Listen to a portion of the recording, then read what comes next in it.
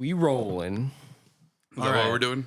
The name of this movie, because I forget what it was actually named. RJ had picked it.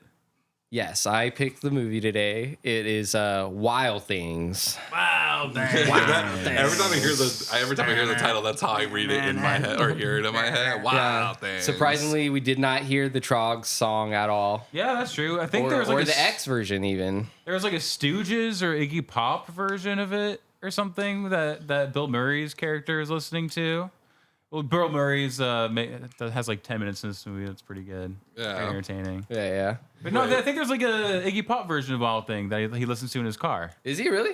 I think so. But yeah, I'm sure it would say online if it's on there. Honestly, I I'm sure, I yeah, didn't see that part. I didn't look at the soundtrack. a lot of songs in this movie. Honestly, I bet there's like 20. Oh, bro, it started off so hot with that.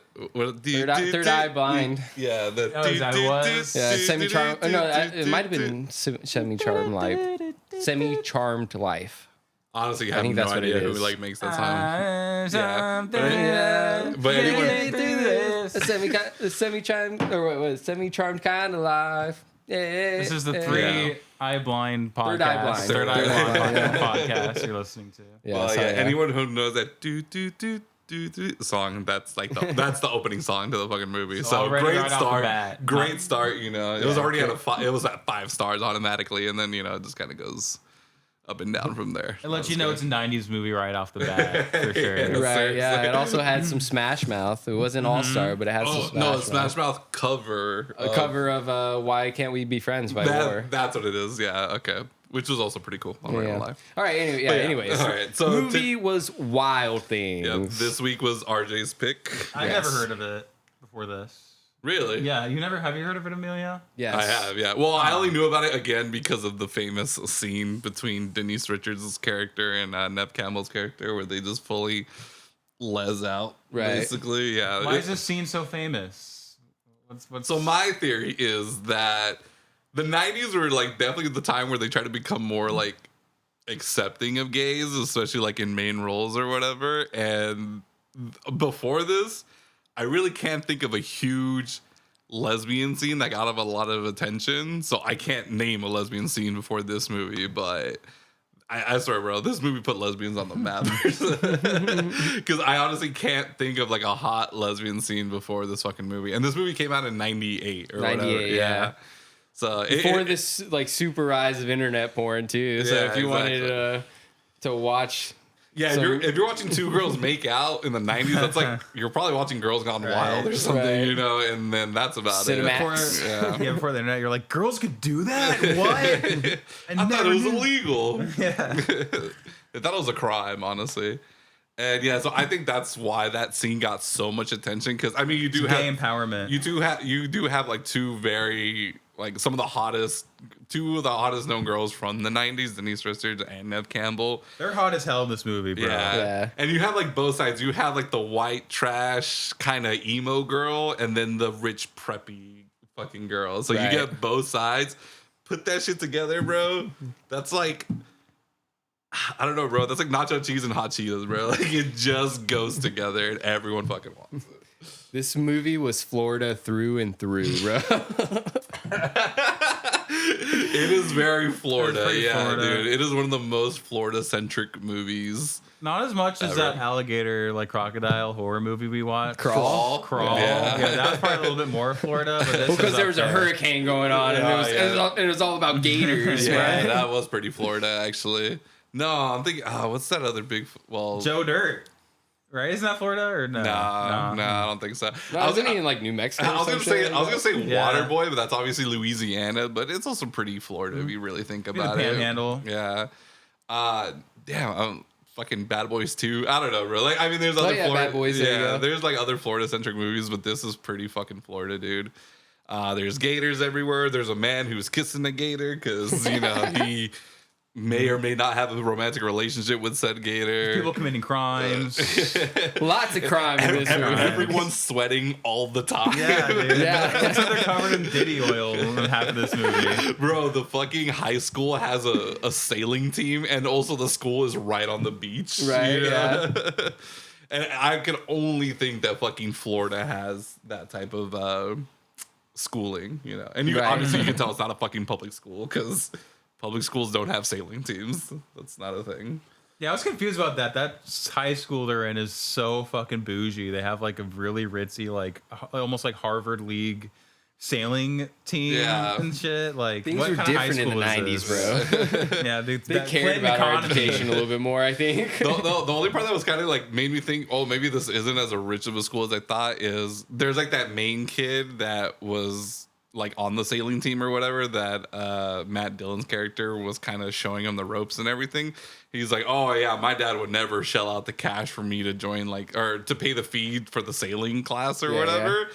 And I'm like, is your dad just cheap or are you just broke? Because I was like, I'm pretty sure if you're broke, you can't afford to go to this school. Like, are you on a scholarship? Like, what's the situation? I'm assuming it was probably just like a really nice public school and a nice, like, because it's supposed to be like a nice, like, yeah. And then Neve Campbell's character, who's like white trash, goes to the school too. Yeah. I feel like it's one of those situations where the school is just like situated in between the good part of town and the bad part of town. Okay. Yeah, that makes sense, I guess. Yeah. Clearly a zoning issue. They try to bar the poor kids from it, but you know, there's strength in numbers. But no, dude. So this movie, never seen it before. Literally, the only thing I knew about it going into this movie is the fucking lesbian pool scene and then the threesome scene.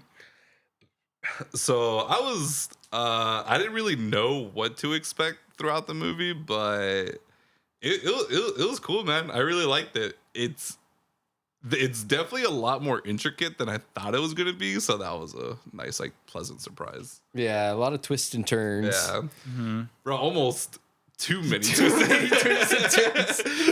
But you know what's funny? Towards the end, like when all the twists and turns start coming out, I was like, nah, you could do like 2 or 3 more. Right.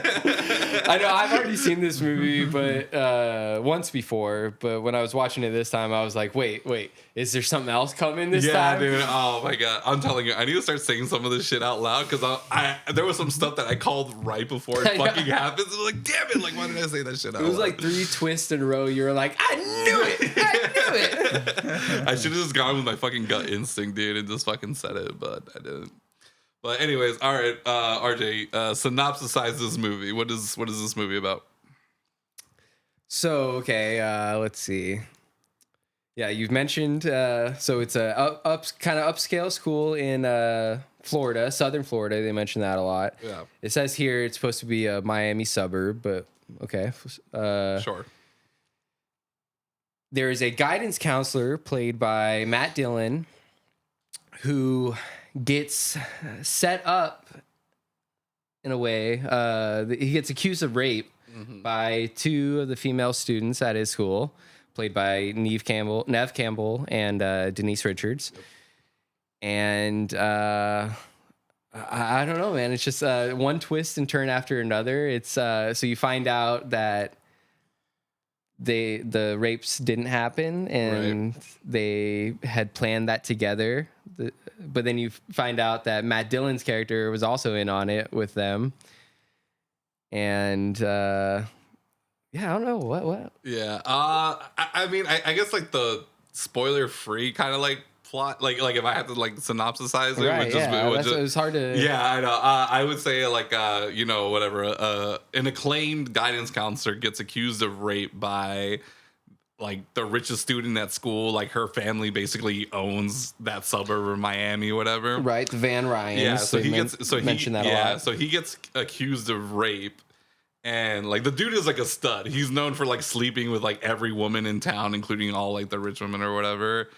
And it looks like he turns down the student and that's why she claims rape. And then it kind of builds on it because another student claims of a rape.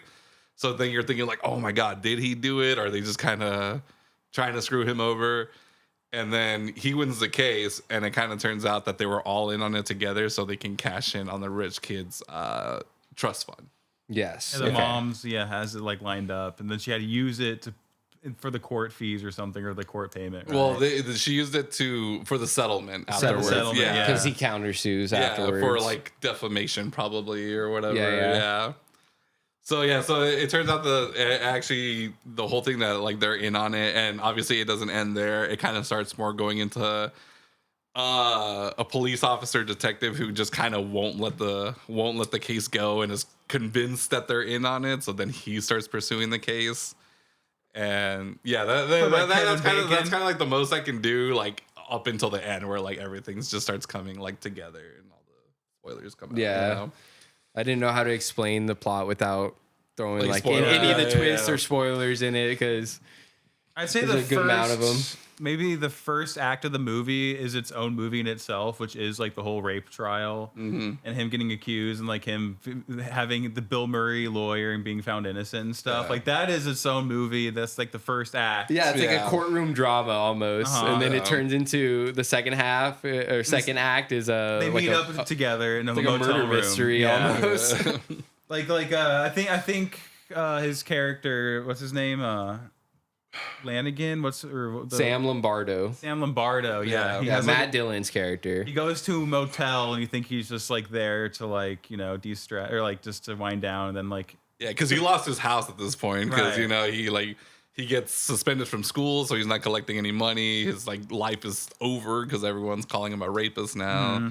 So yeah, so he moves into a motel for a little bit. and immediately like the girl. You see Denise Richards' character, Yeah, Susie. she's there. Then you No, know. that's Oh no, sorry. One of the Kelly. girls. Kelly, my bad. Mm-hmm. Kelly. Kelly Van Ryan. Yeah. And then at that point, you see the twist. Oh my god! Yeah. Like they're all working together. Yeah. Like there was no rape or whatever. Yeah. Like so that I felt like that was a pretty. Yeah, there's a lot of red herrings in this movie for sure. Yeah.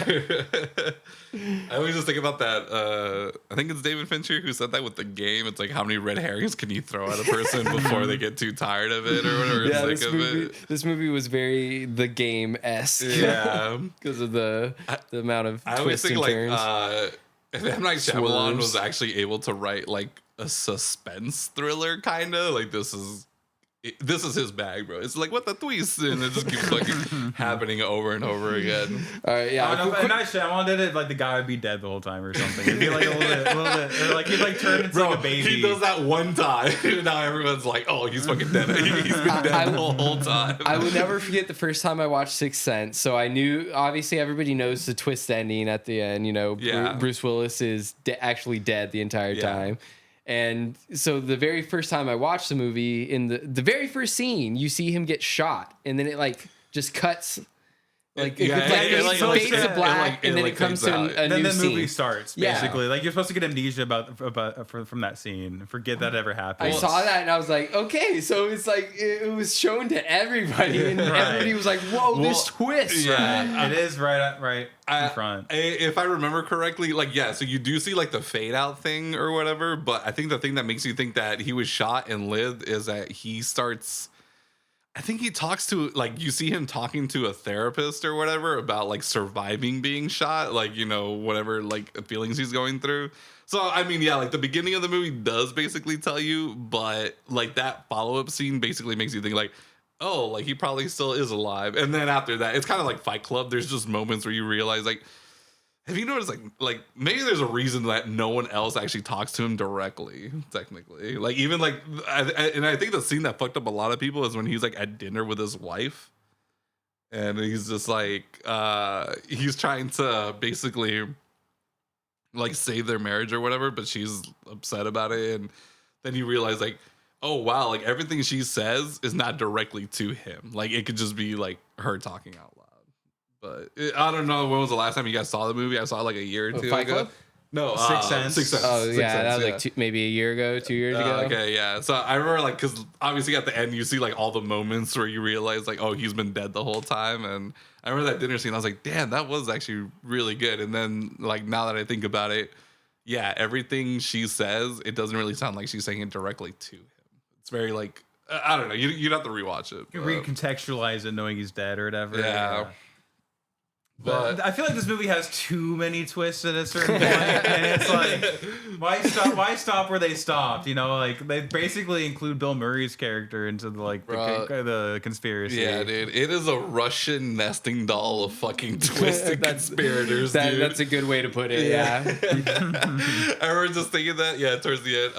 Okay, so let's not all automatically talk about the end, but So we get to the part where obviously Kevin Bacon's character, he's like the only cop not letting this shit go. He's like, they made us look like idiots. Like, we need to look into this or whatever. Like, I'm telling you, they're in on it, blah, blah, blah.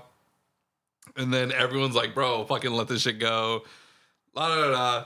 And then you see Susie, she starts like losing it because she thinks like, because whatever, from our perspective, it looks like the cop got to her and told him like two's, you know, is it whatever, two's a couple, three's a crowd or whatever the fuck, something like he says like that. And so company. you see, yeah, Three's Company. Yeah, I remember he said like something like, but three's a crowd or something like that. Obviously, trying to say like there's no room for a third person in this type of situation. And yeah, he ended up going to both the girls because first he went to Kelly and he was trying to get under Kelly's skin, and he was doing the same thing like are you really gonna split the money with her? Blah blah blah. You think she's gonna be able to keep a secret? This little pillhead. Yeah, but I think his approach to the two girls were very different from each other. Different. Yeah. He was choked. He had his hand up around Susie's neck. Yeah, dude. Had her in a goozle. Dude, when I saw that, I was immediately when I saw that, I was like, oh no, there's something fucking wrong with this guy. Like, bro, like I don't care that you're interrogating her. You're not choking a high schooler to fucking like get her to like whatever to fess up. But yeah, because when he first talks to Kelly at the pool, he's just like, he's more like, I know what you did, like kind of thing, and you know, like it's not gonna work. Where when he goes talks to Susie, it's more like they're gonna turn against you, they're gonna kill you, blah blah blah. Like his approach to them like was very different from each other. But so whatever, we see this progress, and it just keeps kind of going and going. And then what the fuck? I'm kind of like, I'm losing my train of thought a little bit. What's the part where he finally kind of goes like, enough is enough, and goes and confronts Kelly again, like at the guest house or whatever? Kevin Bacon's character? Even before that. So we see Susie, you know, from our perspective, she's starting to lose it. She's like, no, you guys are going to cut me out of this. You like, whatever, like, blah, blah, blah, you know, and then that's when the lesbian pool scene happens. And you're kind of like, oh, okay, like maybe things are okay. And Kevin Bacon's filming this entire thing from the trees. The look on creepy. Dude, the look on his face when he's recording it, because it goes very like serious to like his eyes go all wide open to the point where he's like, should I keep recording this? Like, because I feel like I'm about to shoot an underage porno technically. Very voyeuristic. Well, they might be 18 or whatever, but still, it looks like he's about to film a fucking secret porno of these two girls. Yeah, he looked like he stumbled upon something amazing that he should have seen. He's basically fucking his whole entire investigation up, honestly, from like a legal standpoint. Like that's like why O.J. Simpson was found innocent, because the police fucked up and like fucked up the investigation, the evidence and whatever. Yeah. So yeah, Kevin Bacon was kind of a shitty cop, I would say, in this movie. Yeah, very, very shitty cop. Yeah. I remember I called that out at one point. I was like, I think this guy's just a terrible police officer, honestly. Like, he's not very good at his job. Well, first of all, he's constantly going against his superiors. That just off the back, like, everything his superiors tell him to do, he pretty much goes against it. Yeah, that's true. Yeah, and that's kind of what, I mean, we see like the downfall of his career later. But and then he got swindled by 2 teenage girls. And a guidance counselor who graduated from the University of Miami or whatever, some shit like that. Or whatever. It was a state school. That's all I remember. But yeah, so we see like Susie losing it, and then Kelly and Susie. No, Matt Dillon's character, Sam. I keep wanting to call him by his last name, but so you see Kelly and Sam talking on the phone, and it's like, well, you know, if she doesn't calm down, like I'll take care of it or whatever. So then we see later they get together, and it looks like, you know, or you know, we see Matt Dillon. We don't see it, but he murders Susie. You know, you just see fucking. A champagne bottle just fucking getting blood on it or whatever. You hear her screaming. And you're like, oh shit! A stylistic shot of blood splattering. It's that was kind of a cool shot, honestly. I like that. It really does make you think she's dead. That made me think. Yeah, like the scream. Well, I thought it was. I thought I was like, okay, maybe he didn't up until we see the body in the trunk of the car, like wrapped in the plastic. That's what like, oh shit, she's really dead. Like that's what I thought. Yeah, I think she's actually dead. Where did they get the blood from her tooth? I guess. Later we find out where. Yeah, they just pull her tooth out, but there's a lot of blood in that scene where he's hitting it with the bottle. So I was like, where'd that come from? Yeah, seriously, because there was supposed to be like blood kind of everywhere from on the bottle or whatever, but. Yeah, I don't know. I mean, from what we were supposed to gather is that he like fucking caves her skull in with the champagne bottle. But I remember I was thinking like, oh damn, like she's really dead. And then I kind of thought that was like the downfall of the thing. Like, oh, because now you got murder and it's over, bro. Like I remember I always hear cops talking about that. Like if someone murders someone, like it's like a 1v1 situation and no one else knows about it. You can probably get away with it. Most likely, but as soon as you involve a third person knowing or a second person knowing, you're done. Like that person always gives up that other person. And so I thought like, oh, this is over, bro. Like he's gonna get caught or they're gonna get caught. And then we see later, whatever, Kevin Bacon's character starts fucking losing it. He's just like, he killed that girl. Like I bet you those teeth belong to her or whatever. And then I don't know. I just like. I couldn't get over the part where he finally goes and confronts Kelly at the guest house or whatever. And then, remember, Bentley, you're like, how come we didn't see this scene? Where, like, because you just get the outer exterior shot of the guest house. You see the silhouettes fighting through, like, the curtains in the window. The sound effects of crashing and screaming. Yeah, you hear screaming, gunshots. and then you hear a few gunshots go off, and you see Kevin Bacon's character, like get out of the guest house, but he's like obviously like limping, stumbling out, holding his arm bloody. And then Kelly's mom comes in and sees that her daughter's dead and starts screaming. So you're like, oh shit! I remember that's when I was like, bro, this dude's a fucking terrible guy. I remember that was when I said that because I was like, damn, like RJ, you were going there to protect her, you killed her. I was like, bro, that's like literally worst case scenario, dude. It's like imagine like. You go like somewhere to collect $100 prize and you end up losing $1,000. Like it's like worst case scenario for fucking you. Yeah, because they end up finding teeth from Susie's character at the would-be murder scene where she is allegedly killed or apparently killed. Which is like it was a spot that Sam was kind of like familiar with, and his like number one student, the guy he was like helping with the sailing lessons, he kind of like points it out to the cops, right? Yeah, apparently it was like a teen hangout spot in the area. Yeah, but he's like, yeah, of course Sam knows about this spot or whatever. Right. So they do the investigation, they do the DNA test on the teeth or whatever, and once he gets the call that like, once he finds out that it is her teeth, that's when he like freaks out and goes to the house, because he's like, okay, now Sam's trying to kill the witness or the girls that he was working with. He's trying to like tie up all the loose ends, so he's left with all the money. You know what I think is like even I think even more specifically the moment where he loses it is his female detective coworker or whatever. She goes to spy on Sam or whatever, and he like invites her in and shows her Susie's file that shows that she's very like sexually confused and a very like angry person or whatever. Okay. And then she calls him like Sam, or she's like, fuck, what's Kevin Bacon's character? Ray Duquette. She's like, Ray, there's more to the story that you'll never understand. And then that's when he fucking finally loses it, just hangs up on her and just fucking heads over to Kelly's house. And then that's when the whole like struggle happens. And then we cut to, I mean, obviously Ray goes under investigation for the shooting, and they say like, hey, you know what? It was a good shooting. It was self-defense, but we're still gonna have to let you go because it was his second incident of something like this happening. They're like whoever was doing the trial for him, like heading it. He was saying in the military, it's like once is a coincidence, twice is a... No, twice is a coincidence. One is something, twice is a coincidence, three, it's enemy combatant, or whatever, like, whatever. Enemy right, fire, yeah. So he was like, we're not going to have it happen a third time. Yeah. So you're terminated. Yeah, but yeah, he says, like, he also, like, defies every order he's ever given. So it's like, yeah, obviously we're going to let you go. And then you see him like, damn, like, you know, maybe his fucking life is over. And then I think that's when we cut to... Ray, like, I don't know, at the island, right, or whatever.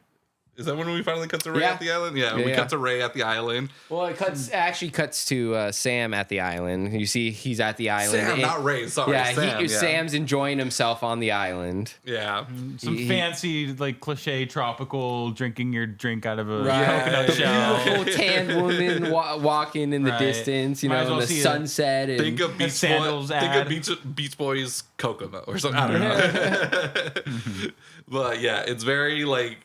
You would think it's some island paradise off of the coast of either Florida, like Puerto Rico, what the fuck ever. It's where you go after you commit a crime and walk away with the money. Yeah. This is exactly what Sam does. Yeah, so Sam, you know, we cut to him. It seems like he's enjoying getting away with it or whatever. And then he sees that someone's in his bungalow, and we find out that it's Ray taking a shower. And I think it's so fucking funny that RJ, apparently we had the same idea that they were gay lovers. Right. That they were in on it the whole fucking time. He walks into the bungalow, he hears the shower running, and you see it's all steamy and stuff. And he pulls open the door, and you just see Kevin Bacon's bare naked ass. Yeah. And he's like, howdy there, partner. Yeah. And I was like, oh, God, dude, they're fucking too. Yeah, dude, I really thought they were gay lovers, honestly. As soon as that, and then I think we see like a quarter of fucking Kevin Bacon's dick or something, because there was like a little bit of wiggling around before he gets to sausage. Yeah. There's some sausage showing. So I was just like, okay. But I really, really thought they were gay lovers who were kind of in on it the whole time. At that point, that's when I was like, wow, like holy shit, this movie goes deeper than I thought. Right. Honestly. But I was like, it's Florida, you know. No, I'm just kidding. But so I thought that was, I thought that was a moment where I was like, oh shit, like, yeah, it's just two gay guys tricking girls and the entire Florida government, and so what happening? Blah, blah, blah. Was Sam and the police officer, Kevin Bacon's character, were they working together like? Most of the time, like, did they like conjure up this plan from the beginning? Well, and we see in the after credits that he was in on it the whole time. From the very beginning, like they met at a bar, I think, in the after credits or something. And well, we see that they met, yeah. So it all goes back. So that very first after credit scene where Susie walks into Sam's office and shows him the pictures he took of him with Kelly. She took of him with Kelly, to kind of blackmail him. So whenever that happens, that was like the start of like everything, you know, because then the next after credit scene, it shows Susie with Sam spying on Ray, the detective. And that's when they set up the whole plan to, like, I don't know, get friendly with him too. So if he was like part of the whole thing, I don't understand like what he was doing, like recording them like in the pool. Well, he had to make it look real. Like, he had to make it look like he was really investigating them, you know? Yeah. Did they ever notice him, though? No. I'm sure they knew. I'm sure they knew. So, like, that didn't do anything. I'm sure they knew that he was going to do that, but, like, you don't see them, like, look at the camera at some point or whatever. I think it was, so Sam's character had a plan with Ray, Kevin Bacon's character, but Kevin Bacon didn't know with that he was... Oh, okay. Like, how am I trying to say this? He had like separate plans, you know, like he was working with Kevin Bacon, but I don't know. I'm not gonna explain this. Okay, I didn't want to jump to the after credits part because I mean we're basically there, but so whatever. Right before the movie ends, we see you know, whatever. Oh, Sam tells Ray like, hey, it's gonna take a couple days for the money to get to the bank account or whatever, blah blah blah. And they're like, nah, it's fine, man. Like, let's go on this boat. Which I was just like, bro, how fucking stupid are you? Like, why are you gonna go on a boat with a sailor, with a dude that you just like successfully murdered somebody with, you know, or whatever? I was like, no, absolutely fucking not. And then I keep seeing, like, you know, whatever, they're on the boat and Ray keeps turning his back towards Sam. I was like, okay, now you're just fucking asking for it. Like, you're fucking stupid. He's taunting him. Yeah, like, and then he's like, oh, go fix that line or whatever. And, you know, he turns it, falls off the boat, he's getting back on. And then you see, they're like kind of struggle for a little bit. They're fighting. And then fucking Ray gets shot by a spear. By a spear. Yeah, like a spear gun. Yeah, and you're like, oh, but it obviously doesn't come from Sam. So I remember that's when I thought I was like, there's another conspirator. Like, of course there fucking is. But I didn't recognize that it was actually Susie with the short blonde hair. Right, Because I was like, who the fuck is this bitch? But then you pointed out that it is Susie. I was like, oh, okay.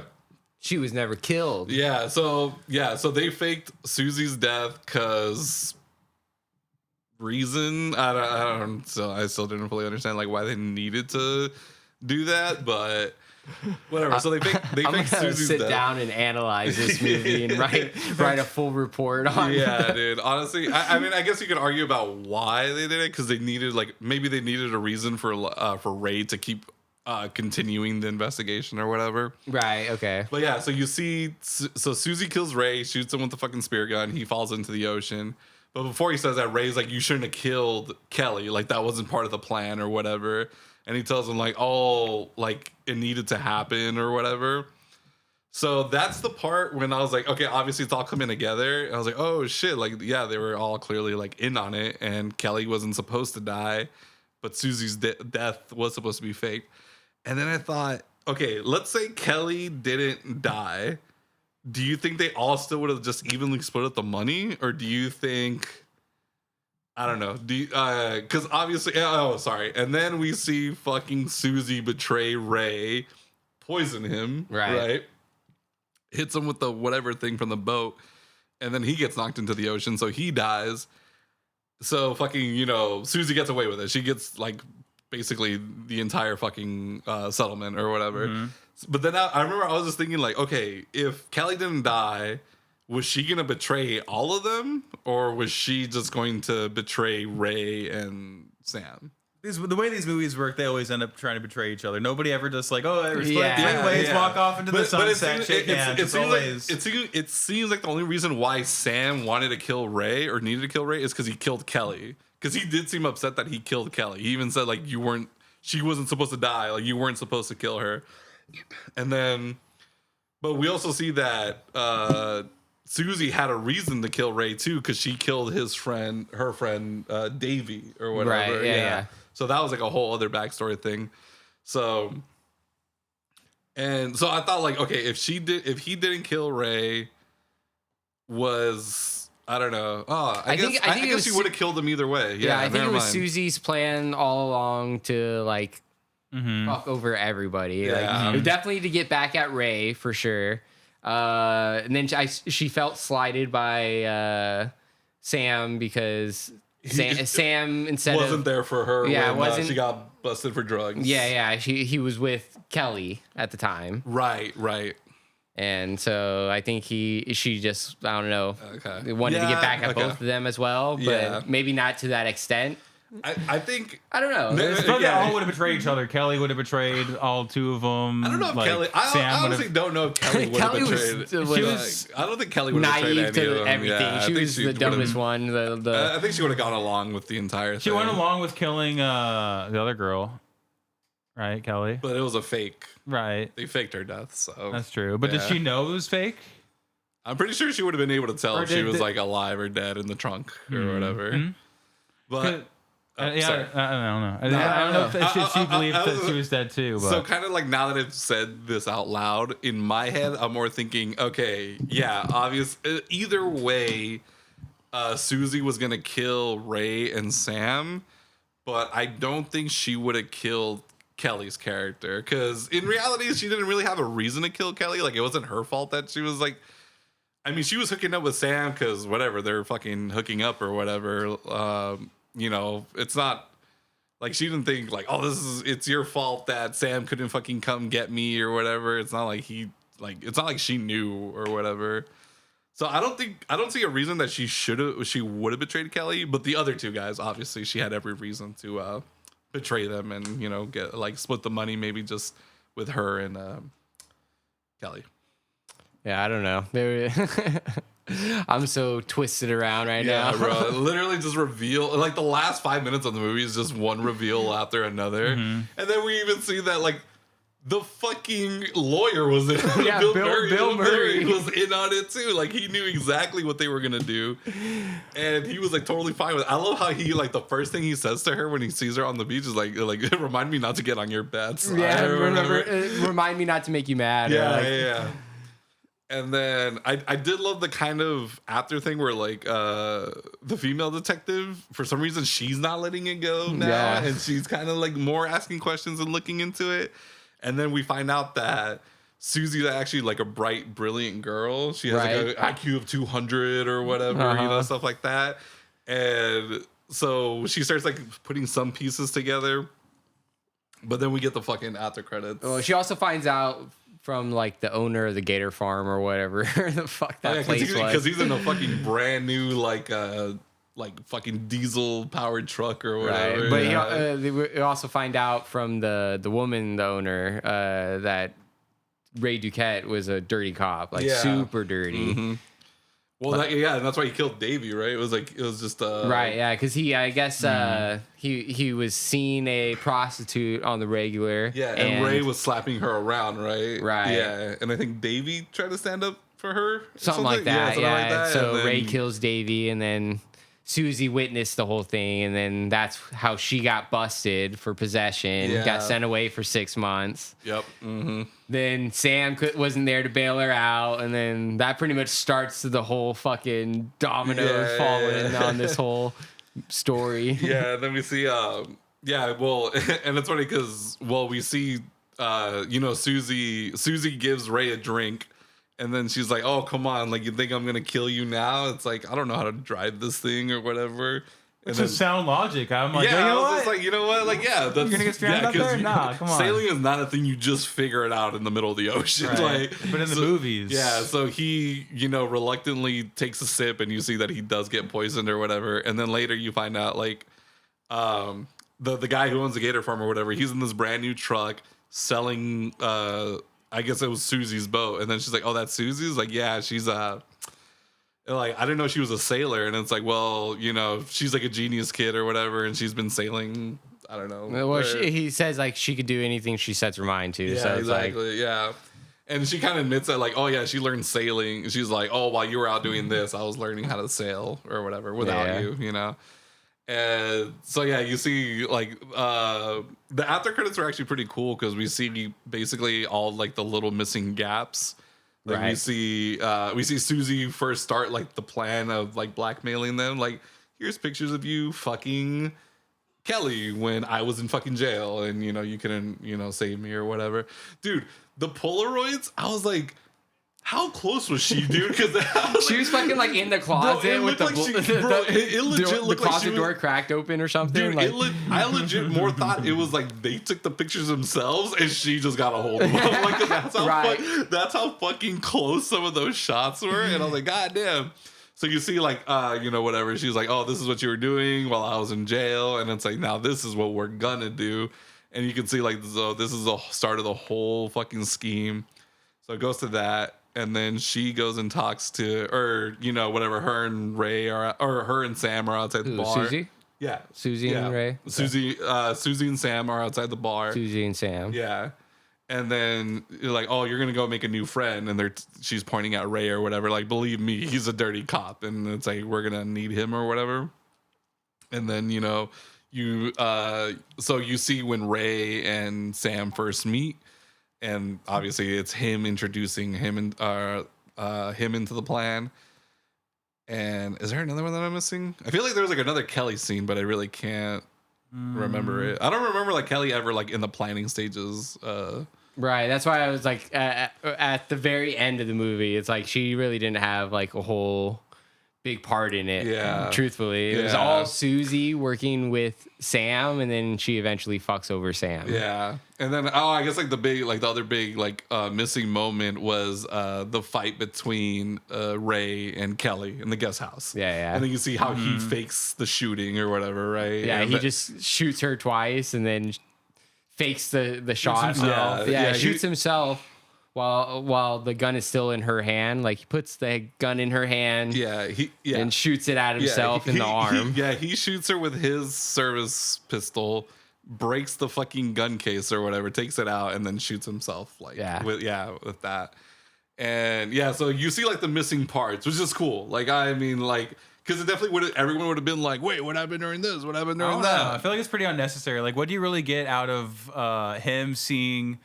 Like the shooting scene where he shoots her twice and then shoots himself in the arm. Like, you see that he shot without like originally. So like, what does that scene really give you in terms of? Well, if you would have saw that movie. in real time in the movie, you would have known that he was in on the plan.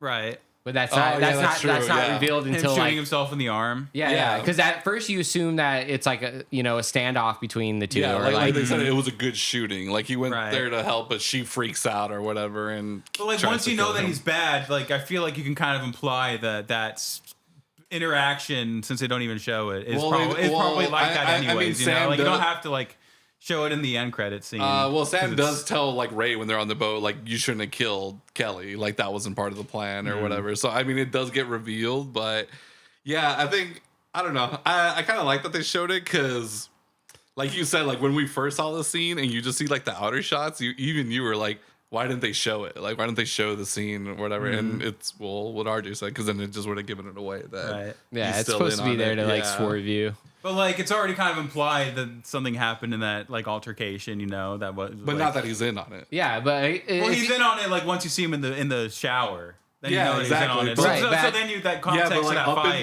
you probably know that he probably just shot her. Yeah, but up until that, you don't know, right? Yeah. Yeah. Or I guess not even. Yeah, you can assume. Yeah. You can assume. You can assume, but you don't know for sure. Yeah, exactly. But then it shows. There's some things like you don't need to know for sure. I don't know. It's getting really heated about this. It's part of these headphones. It sounds good in here. I'm the only one with headphones on, by the way. Okay, yeah. It reminded me of David Lynch's character from Twin Peaks. Because he's like hard of hearing, right? Gordon Cole, yeah. It's like, what? Yeah, but there's like there's a whole post credits thing of this movie where they just kind of just show you like, you see this is actually what happened and here's how it went with like all the sort of you get all the missing gaps. But then I like the after credits because it really shows you that the entire scheme was Susie's. Like she planned this from the very beginning. Because as soon as you realize that they're in on it together, you're more thinking, oh, maybe this was Matt Dillon's character's doing. Like he kind of put this whole thing together. But then we find out later that Neve Campbell, she's actually the mastermind of the whole plot. So I like the after credit scene. I think it's actually one of the better like after screen kind of like wrap up things that I've seen. I don't even remember how long, but I liked it. I like how they wrapped it up. I thought they did it really well. And the nice twist that she was actually the mastermind was very cool because I honestly didn't see that coming. Yeah, dude. When I first watched this movie, I didn't expect any of the things that happened to actually happen. Yeah. Like the only thing I saw coming was like Matt Dillon's character being in cahoots with the two girls, or maybe not even both of them. I knew he was like teaming or working with one of them to kind of fake this shit. But yeah, I didn't expect any of the other twists after that. Okay. Yeah, for sure. I thought like at bare minimum, I was like, Kelly and Susie were just kind of wanted to ruin his life, and they each had their own personal reasons or whatever, and they're okay with it. But then when you see that they were all in on it together, I was like, oh shit, like, okay. And then at that point, I kind of was thinking, okay, someone's going to betray somebody, but I don't know who's going to do it to who. But yeah, because everybody did it to everybody. By the end. I was really expecting for Sam to screw them both over somehow and just take the money and bail, basically. But that's not what happened. So lots of twists and turns that I didn't really see coming. Some I did see coming at one point. But bro, there's so many of the last 5 minutes of the movie. I just kept thinking again, Russian nesting doll of fucking conspirators and twists and turns. And then I just thought of remember Bop It? Like the fucking toy handle thing? Twist it, bop twist it. Like that was literally the fucking end of it. Twist it. Yeah. It was cool. I like the wrap up. I thought it was done very well. Yeah, man, it was a pleasant surprise. Why do you guys think they put her body in the plastic bag and then put it in the trunk? That's the one thing if they both knew. That's the one thing. So I assume it was a fake. Yeah, I don't know. Like, why would who were they trying to like? There was nobody watching them, or maybe they thought someone was watching them. They thought Kevin Bacon was out there like with his camera jerking off like in the side, right? Yeah. watching or something. But like, why did they even put her in the bag and put her in the trunk in the first place? See, that's kind of where I was thinking. Like, obviously, that's a big thing for us because it was really made us to believe that her character's dead. But then later we see like the cops are talking about it, and it's like, oh, we did find blood. We found Susie's blood in the back of Kelly's car. So I remember when we saw that part, I was thinking, okay, I think that's like I think there was like again, Kelly wasn't supposed to die. So I think there was something about that they were gonna make Kelly. I don't think they were gonna make Kelly go to jail, but I think they were gonna fake her death too somehow. Or maybe pin the murder on her. Ooh. Yeah. He would. Yeah, see, I was thinking that maybe. Well, you said Matt Dillon's character mentions it later that he was supposed to frame, or that Ray Duquette, Kevin Bacon was supposed to frame her. Oh, he does say that? Yeah. Oh, He's like, I guess you weren't supposed to kill her. You were just supposed to frame her. Oh, okay. I guess I missed that line. Then. So that does change things. Maybe frame her for the murder, and that's why they put her in the for the plastic murder bag. of Susie. But then she would have believed that she was dead, I guess. Right. I guess, yeah. In that context. Yeah. Yeah. And also with the cop, like he was really into his role for like actually being in cahoots and like being a criminal. Like he was like really getting out there and like putting his face out there with this investigation, like in a really probably dangerous way. But well, I think he was planning like the whole time he knew he was going to get fired at the end of this or something. Or yeah, I mean, but he was just like, I'm going to have like a couple mil coming to me. Like, yeah, he was going to get like a quarter of whatever 8.5 million is, you know. So obviously he didn't really care. It was right. I remember I was thinking of this joke towards the end where because obviously the settlement was like 8.5 million or whatever. And I'm like, wow, I can't believe this man is gonna give up his stellar career as a high school guidance counselor for $8 million. You know, but yeah, dude. All right. So, question: Denise Richards or Neve Campbell in this movie specifically? Who do you guys fancy more? I mean, who was the one who had like the weird hair dye, like that's Neve Campbell. Neve Campbell, yeah, the one from Scream. Yeah, Denise Richards is the blonde girl, okay. the rich girl. Because she just was more goth, so she had more style. And not just goth, Southern goth, bro. Like, that's such Southern goth. that Florida goth, bro. Swamp goth, swamp goth. Oh. It's called y'alternative. All right, it's called y'alternative. I would honestly go with Denise Richards. I thought she looked fucking banging in this. Honestly, I just remember thinking like, face. I just know that. Okay, so for anyone who hasn't seen the movie, you see Denise Richards' tits twice, right? Basically, like. There's a threesome scene, and then there's a lesbian pool scene, and you see her tits twice. You don't see Neve Campbell's tits. And I just know the director and the writer were just like, Neve, no, we need you to also get topless in this fucking movie. And like Denise is doing it. She's like, oh, yeah, totally. And I bet you anything they were trying so hard to get Neve to do it, but she's like, no. It's like, who are you, Russ Meyer? I'm not going to do it. But yeah, I just guarantee you they were trying so hard to fucking get her to do it. But she probably already like signed the contract. She's like, I don't gotta do shit. But yeah, dude. I love that they got like literally both sides of the spectrum of whatever attractive girls. Like again, you get like the goth girl that, you know, everyone's always sort of attracted to, and then like the rich preppy, the entire spectrum, girl, yeah. From goth to rich. You get the two ends. It's literally blonde hair versus fucking dark hair, and then I don't know about eye color, but Denise obviously has like blue or green, and I couldn't honestly really tell. Neve, she might just have brown eyes. I really couldn't tell. But you really get you get the hot girl spectrum, bro. I love it. They really know what they were fucking doing with the marketing of this movie, dude. Like, we need to get everybody. Yeah, man. That Florida erotic thriller, man. A genre that we don't see anymore, dude. We need more Florida erotic thrillers. Yeah. True. Bro, Harmony Korine, come on. Let's make some more. We got a CGI young Michael Douglas now and bring back the erotic thriller genre back into the frame. And again, no, not we like gotta get fucking these. 50 Shades bullshit, like real erotic thrillers. We got to get these Gen Z kids to stop being so scared of titties when they're on the movie screen. Like they get very uncomfortable when the titties come out. I mean, they're all obsessed with Sydney Sweeney. She's pretty free with her tits, but yeah, man. I feel like, I don't know if you guys know this now, but ever since like the Weinstein shit or whatever, there's now an official role in movies called, it's like the sensual coordinator or something like that. Intimacy coordinator, Which is basically like if two characters have to be intimate with each other, or if a character has to get naked, there's like a person on set that like kind of oversees it to make sure that like they're both Intermediary. that they're like, just Intermediary. making sure that they're okay and that they're comfortable and like blah blah blah. All right, Mr. Travolta, I'm gonna put this cock sleeve on right now. That's their job, basically.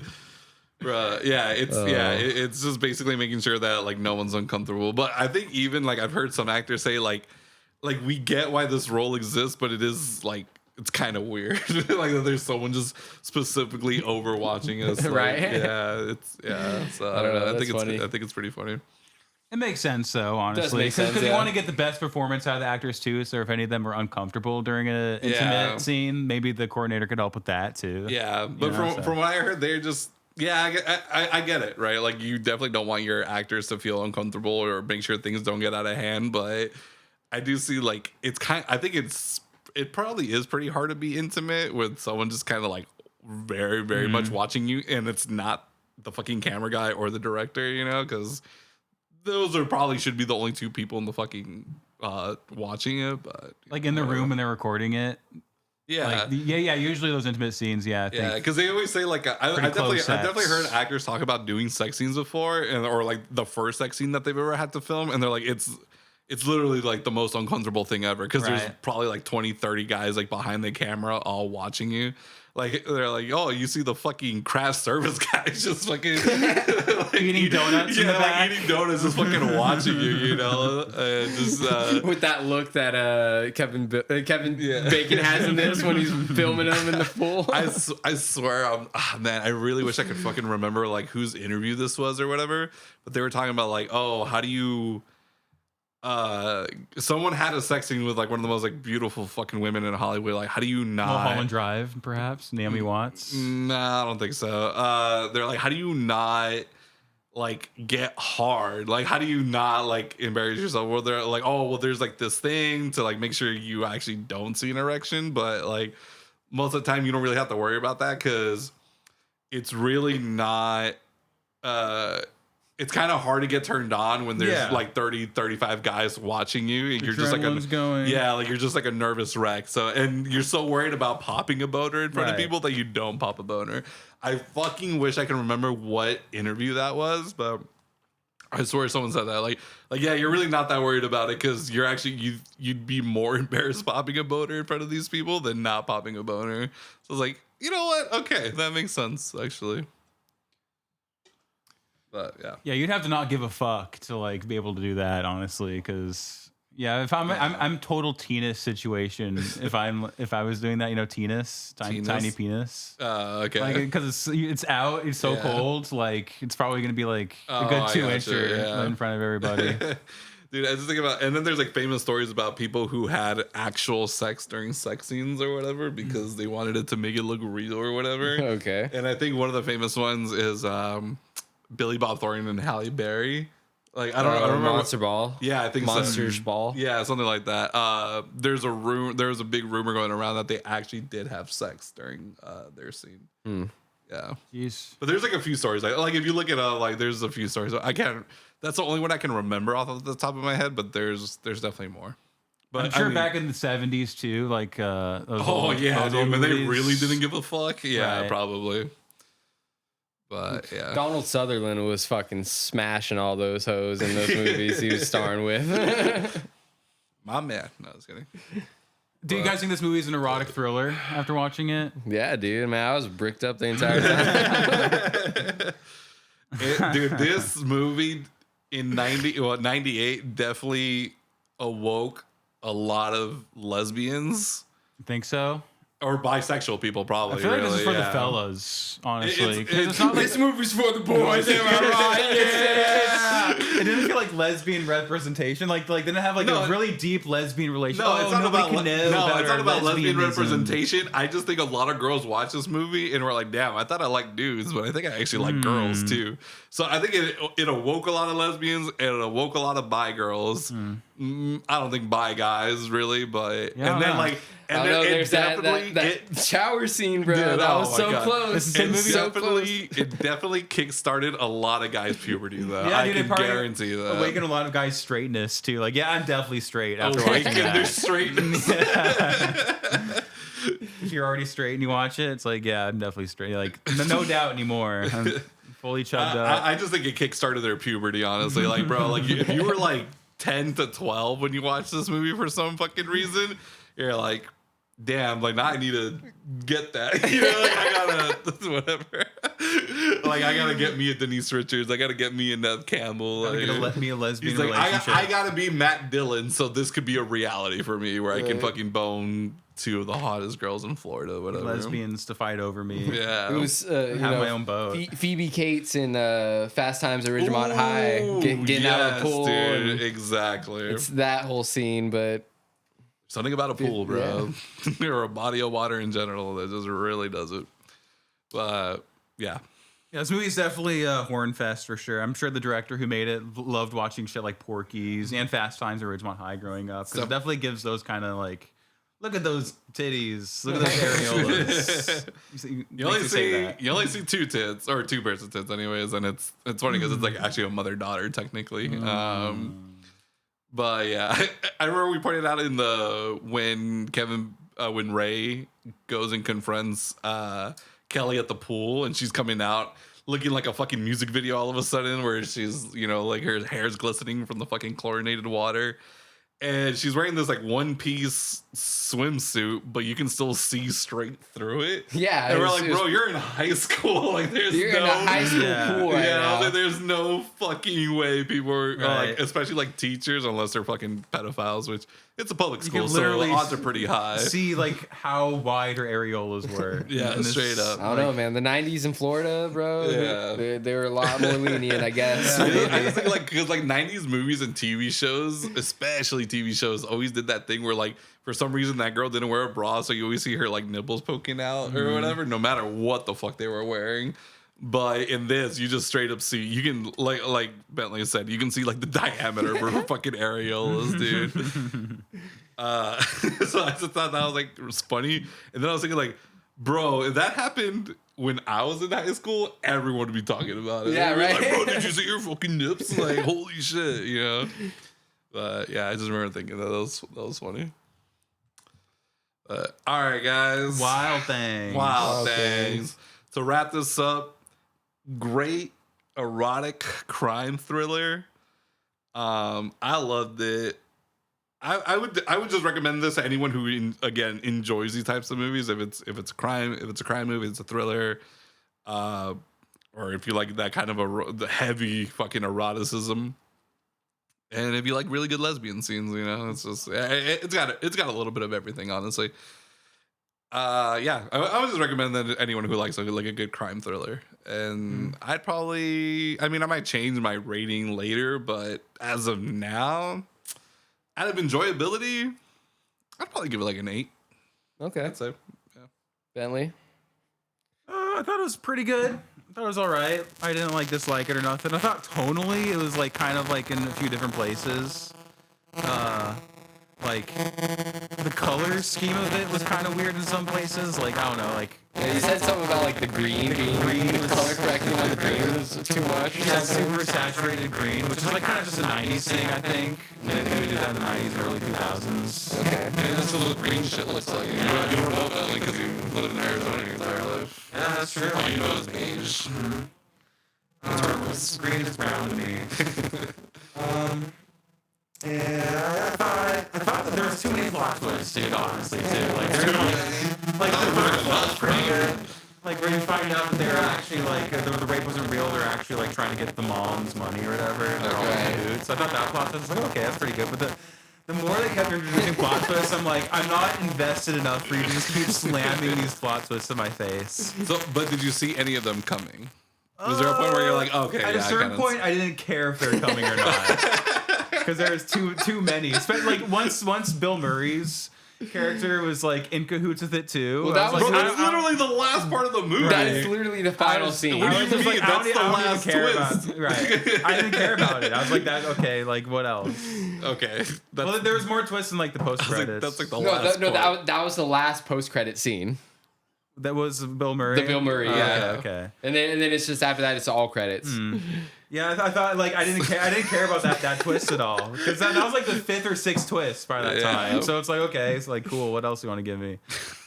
like the alligator trainer guy is also like, oh, he was definitely fucking the mom and is like gonna kill. Where Sam's did he get character. the money for that brand new diesel truck, bro? He was definitely in on it. And also, the characters just like weren't, I feel like, detailed enough. There wasn't enough about them. You had like the girl who's kind of goth and like listened to punk rock in her room, but there wasn't really much about her. You had the rich girl who was rich, but there wasn't really much about her. I actually knew quite about her, because I mean, we learned about like, I mean, obviously, like she like what doesn't have a dad. Her mom died recently or whatever, and then she had a stint in jail, and it all had to do with fucking Ray and Sam.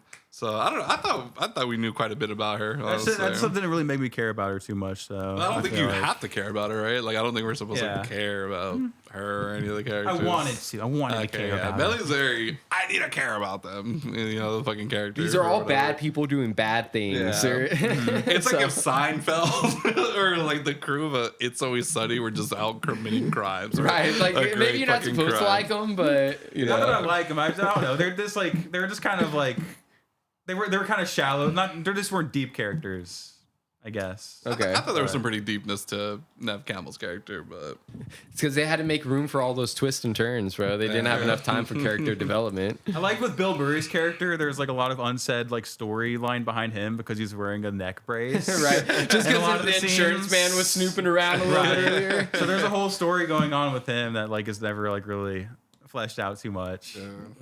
Yeah, he was honestly a pleasant surprise for me when I first saw the movie, because I didn't remember seeing his name in the opening credits. it is in the opening credits. Right, yeah. But I when I first watched it, I don't remember seeing it. I probably was like looking away at that point, you know. Yeah. But I was so surprised when I saw that he was the lawyer, and I was like, oh, okay, that's hilarious. This movie's like a mix of Gone Girl and Degrassi. And Degrassi. Okay. Wow. Like a high school thing, I guess. Just a high school drama. Whatever high school drama you want to name. Okay. Well, all right, RJ, what about you? Closing thoughts. I mean, I love myself a good erotic thriller. I love the big Michael Douglas fan. Big Michael Douglas fan. Hell yeah. You know, Brian De Palma, amazing. Yeah. I like the Florida kind of like setting of it, you know. Okay. Yeah, I'd probably give it like 8 twists and turns, you know. You give it 8 twists and turns? Yeah. Okay. Sorry, like my thumbs up or whatever. Okay. 8 twists out of 10 turns. Yeah. I guess, yeah, there you go. That's a good way to put it. Okay, I got you. Yeah, and you said Matt Dillon is becoming like one of your favorite actors now, right? Now that you've seen more of his filmography. Yeah, over the past couple of years, I've seen a lot of his stuff. So me and Bentley had watched Over the Edge, which is his very first movie. Okay. And it's kind of just like this weird like teen angst movie. But a teenage dream of like taking over your school during a fucking parent teacher conference, basically. Yeah. Oh, that sounds awesome. Actually, that's pretty cool. That does sound pretty cool. Actually, I like that. But he's also really good in Drugstore Cowboy. I still need to see that. Yeah, I need to watch Drugstore Cowboy. Especially his like character. His character is really well portrayed.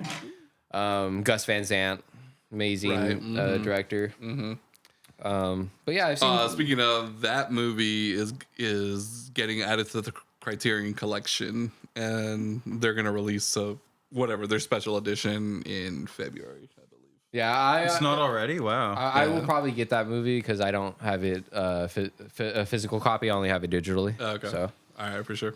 But yeah, he's. I mean, Outsiders. He's the fucking star of that movie. Yeah, I still need to watch that. Yeah.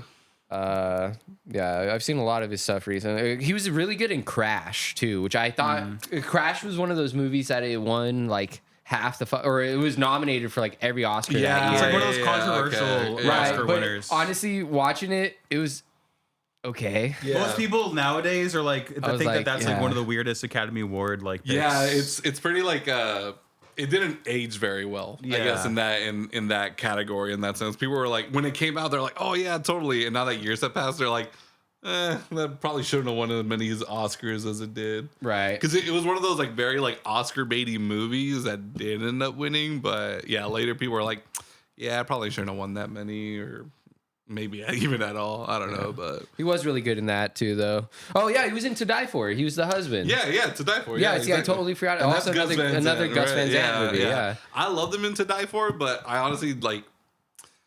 I just don't really think much about him in that movie because it's definitely Nicole Kidman, bro. Like, oh, Nicole Kidman in that fucking movie is everything. But I will say before this, I mean, my favorite thing I've ever seen him in is fucking There's Something About Mary. Okay, yeah. And I think because it seems like Matt Dillon mostly does serious films. And I would say that There's Something About Mary really showed his range because that's a straight up comedy. Yeah. And he fucking nails it, dude. Like his character is so hilarious. I definitely anyone needs to check out to see that movie to see more of his range for sure. What movie? There's Something About Mary. Oh yeah. As like the scumbag PI. Yeah, he's so fucking funny, dude. Oh yeah, he was also in Factotum, which was a. I don't even know what that is. It was a Charles Bukowski book that they actually made a film adaptation of. Oh. And he plays like the main character. Wait, who else is Bukowski, or what else has he done? He did Post Office, Factotum, Ham on Rye. He did Californication.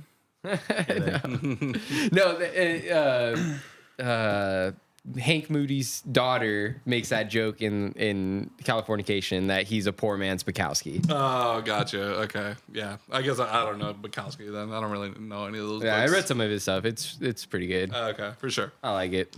Yeah, it's great. I like it. Just this old dirty man writing about like sexcapades and getting drunk and stuff. And very simplistic. Oh yeah, You Mean Dupree. Writing. He was in that. I forgot about that. That's actually a pretty funny movie too. I mean, I haven't seen it in a while. It's pretty, I guess, like typical, but yeah, that's right. Okay. His brother's also a great actor, Kevin Dillon. Hell yeah, that's Johnny right. Drama in Entourage. Dude, Drama. Oh my god, I love to hate him, bro. Or hate I don't know. It's a very fine line between just hating his character and then loving the fact that I fucking hate him. But yeah, pretty talented family, I guess. Probably my The favorite Dillons. acting brothers. Is Tim I might Dillon say that. in that family? Acting brothers. I don't know, man. Emilio Estevez and Charlie Sheen, bro. No, I'm just kidding. The Pauls, bro. Jake Paul and Logan Paul, obviously. What, the Baldwins? I really can't think of like acting brothers right now. The Baldwins. I mean, there's Baldwins, but bro, like Alec was so like leagues ahead of the other brothers. Yeah, there's always Steven was in Biodome though, right? To me, there's always one that stands out way more than the other. Oh sure, yeah. Or what about the Phoenixes, right? River Phoenix, Joaquin Phoenix. Joaquin Phoenix and River Phoenix. There's another Phoenix too. I mean, John and they're not brothers, but John and Joan Cusack. I mean, there's like siblings, you know. Right, yeah. Macaulay Culkin and Kieran Culkin. Yeah. And you'd say Kieran Two has big the ones. more successful career nowadays. Now, yeah. For a while, it was definitely Macaulay, and then it's weird how like one is like. I mean, outside of Home Alone and like Uncle Buck, man. Yeah. Macaulay Culkin doesn't have anything like in terms of acting. Well, no, there actually is. Well, I mean, there was that like Party Monster movie was pretty big. There was There's like, some other stuff too. Yeah. Well, Richie Rich was kind of a big one. Rich, yeah. Last one. Wasn't he in the Little Rascals? He was like No, the he villain, wasn't. right? No, I don't think he was. I thought he was a villain. Oh, right. No, I think, I yeah. don't think he was though. No, and but- then there's the one with like Elijah Wood where he's like this evil kid or whatever. He just like murdered somebody.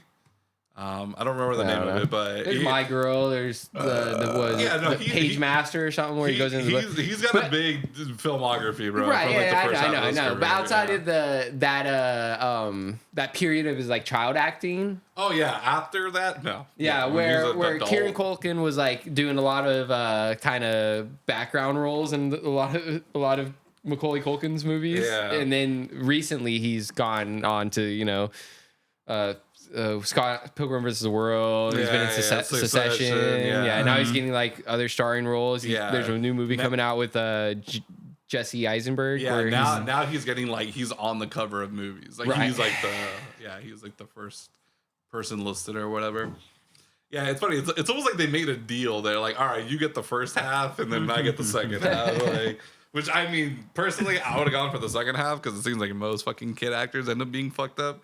But Macaulay seems to be okay. Like you never really hear anything bad about him. And maybe nowadays, I think he went through a little weird period in the mid 2000s. Yeah, he got like addicted to heroin. I think. I was like, I feel like I never hear anything like bad. Though. Right. Like, I think he had some like substance abuse problems and stuff. But I don't think he had like any like hard run-ins with the law or anything. Yeah. There were just always I'm trying to word it. pictures of him looking just like anemic and sickly, like in New York City, and people be like, "Oh my God, he's fallen so hard." Yeah, He's, like, I mean nowadays nowadays he looks 20 years younger than he did 20 years ago. Yeah, I see what you're saying. Okay, yeah. I remember the story was that he was in a Velvet Underground cover band called the Pizza Underground.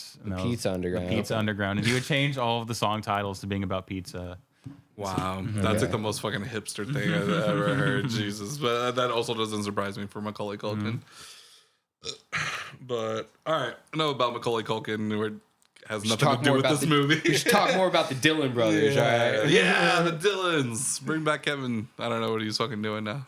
Honestly, I don't know who Matt Dillon is, but he kind of reminds me of like an Easterhead Island guy or something. His face is just so fucking like strong and chiseled, bro. Yeah, he's got that. It's the jawline with the very specific ears. Like I don't know, he has specific ears. He's got a pretty defined jawline for sure. And then when he's younger, he's like that ultimate just Chad looking dude. Where he's like strong jaw, fucking strong forehead too. He has defining characteristics in his facial region. That Neanderthal blood. But all right. I thought it was okay. Emilio, you liked it? I liked it. Yeah. I definitely liked it a lot more the first time I watched it than the second time because I knew all the twists were coming. Sure, right. I can see that. But it was fun watching you guys like be like, oh, I knew it, or like, wait, what was happening there? Like kind of seeing your guys' reactions to it the whole time was pretty funny.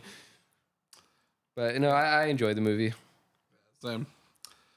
Yeah. All right, guys. This has been 3 Hacks in a Movie. I've been Emilio. I'm Benley. And I'm RJ. All right. Have a good night, y'all.